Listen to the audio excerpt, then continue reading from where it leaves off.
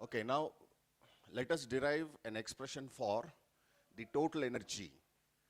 Total energy means the sum of the potential energy and kinetic energy of a particle executing simple harmonic motion. The total energy of a particle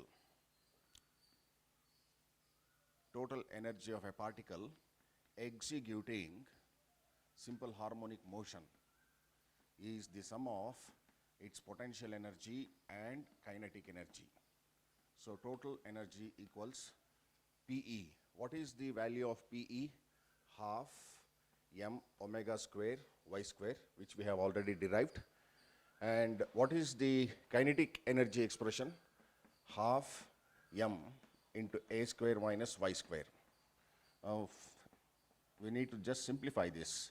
Half m omega square y square plus, open the brackets here, half m a square.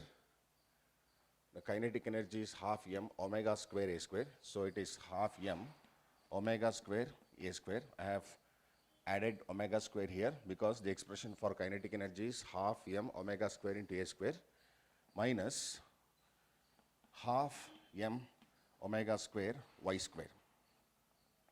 Now you can see that these two terms cancel away. Therefore, the total energy of the particle executing simple harmonic motion is half m omega square a square, so many joules.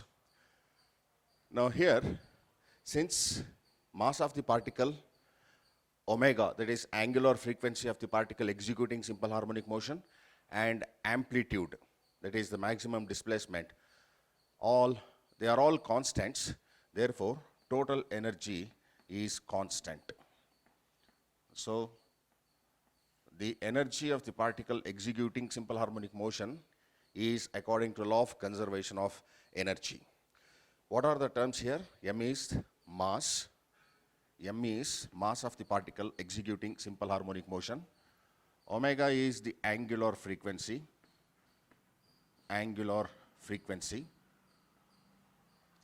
And A is the maximum displacement or amplitude of the particle.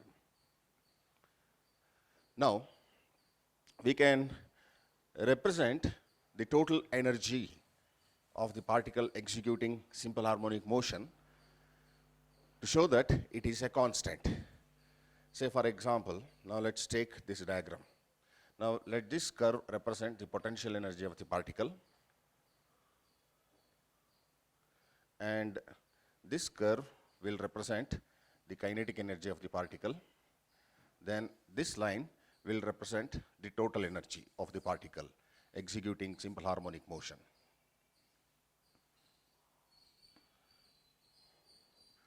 This will represent the total energy. Now this is the maximum energy. Here is the mean position of the particle, and this is the extreme position. This is another extreme position.